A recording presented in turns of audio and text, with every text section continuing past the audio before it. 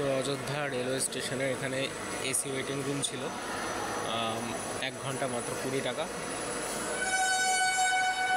তো সেখানে থাকলাম, চার্জও দিলাম। তো ভালো খুব এটা, মানে 1 ঘন্টায় 20 টাকা। অনেকে ভাবে হয়তো অনেক বেশি বা অন্য দাম আছে। তো একদম রিল্যাক্সে থাকো, স্নান করো, ব্যাগপত্র রেখে, কোনো প্রবলেম নেই। আর এটা হচ্ছে অযোধ্যা ধাম। বন্দে ভারত এক্সপ্রেস এসে গেছে এখানে। তো এবার আমি একটু বেরোবো বাইরে।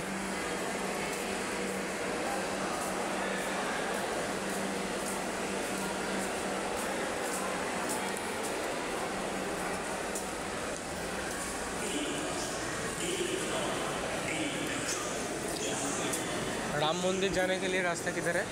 राम मंदिर जाने के लिए। Thank you.